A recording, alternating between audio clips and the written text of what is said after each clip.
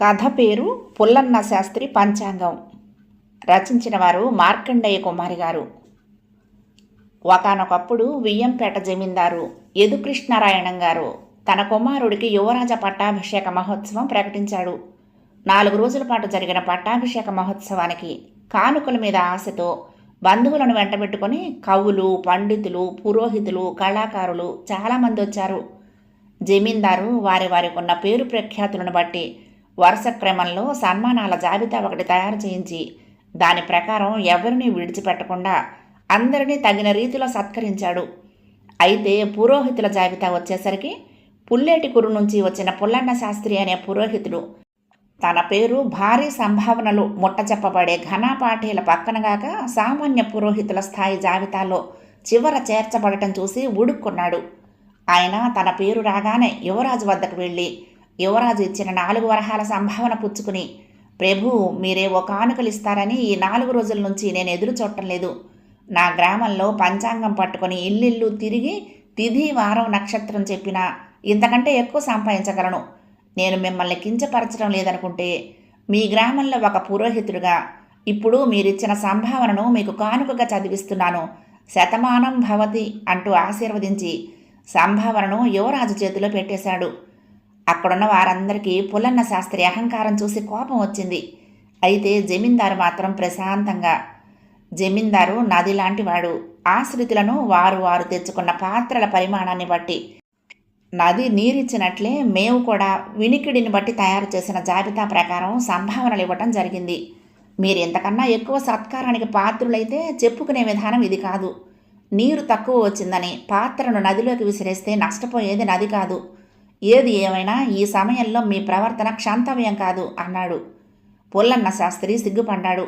సభాముఖంగా ఆయన తన ప్రవర్తనకు క్షమాపణ చెప్పుకున్నాక జమీందారు ఆయనను పరీక్షించి అన్ని విధాల యోగ్యుడని ప్రశంసించి తగిన విధంగా సత్కరించాడు. పట్టాభిషేక మహోత్సవం ముగిశాక పుల్లన్న శాస్త్రి పుల్లేటికుర్రు గ్రామానికి వచ్చేశాడు. అహంకారంతో చేసిన పనైనా యువరాజుకే కానుకలు చదివించిన విషయం పుల్లేటికుర్రులో అందరినీ ఆకర్షించి పుల్లన్న శాస్త్రిని గ్రామంలో ప్రముఖుడిని చేసింది. దాంతో ఆయనకు గర్వం మరింతగా పెరిగిపోయింది. జమీందారునే ధిక్కరించి సన్మానం పొందటం ఆయన గొప్పగా భావించాడు. ఆనాటి నుంచి ఆయన ధనిక పేద అనే తేడా చూడకుండా పెళ్లి చేయించినా వ్రతం చేయించినా పురాణకి హితం కోరేవాడు పురోహితుడు అన్న మాట మరిచి 1కి 2 రెట్లు సంభావనను గుంజేవాడు. ఇలా ఉండగా పుల్లేటికుర్రులో ఉండే తిక్కన అనే కవి తండ్రి కాలం చేశాడు. తిక్కన జమీందారు ఆశ్రయ కవులలో ఒకడవటం చేత జమీందారు 11వ రోజు కర్మకాండకు హాజరయ్యాడు. అది ముగిశాక పట్టలేని విచారంలో మునిగి ఉన్న తిక్కనను చూసి జమీందారు, మీరు పండితులు, అన్నీ తెలిసినవారు, తండ్రి లేని లోటు తీర్చలేనిదే, అయినా మీరెంతగా దిగులు పడిపోకూడదు అన్నాడు. అందుకు తిక్కన, ప్రభు ఈ ఇల్లు నా తండ్రి కష్టపడి కట్టుకున్నాడు. అందువల్లనే చివరి క్షణం వరకు ఆయనను ఈ ఇంట్లోని మంచం మీద ఉంచాను. ఆయన పోయిన నక్షత్రం మంచిది కాదు, ఇంటిని 4 నెలల పాటు వదిలేయాలని పురోహితుల వారు చెబుతున్నారు. మంచి నక్షత్రాలు, చెడ్డ నక్షత్రాలు అంటూ మనం కట్టుకున్న ఇంట్లో కాలధర్మం చెందే అవకాశం లేని మానవ జన్మ గురించి విచారిస్తున్నాను అన్నాడు. జమీందారు ఆయన కేసి జాలిగా చూసి అప్పటికప్పుడు పుల్లన్న శాస్త్రితో పాటు మరికొందరు పెద్దలను సమావేశపరిచి వాళ్లతో, నాకు మీరొక సహాయం చెయ్యాలి. వాస్తు శాస్త్ర రీత్యా ఈ తిక్కన గారి ఇల్లు చాలా బాగుంది. నాకు కొంతకాలం పాటు ఈ ఇంట్లో ఉండాలన్న కోరిక కలిగింది.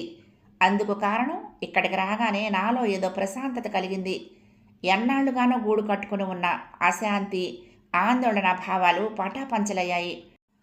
కానీ కవిగారు ఈ ఇల్లు విడిచిపెట్టాలని మీరు చెప్పినట్లు విన్నాను. దీనికి మార్గాంతరం ఏమైనా ఉంటే చెప్పండి అన్నాడు.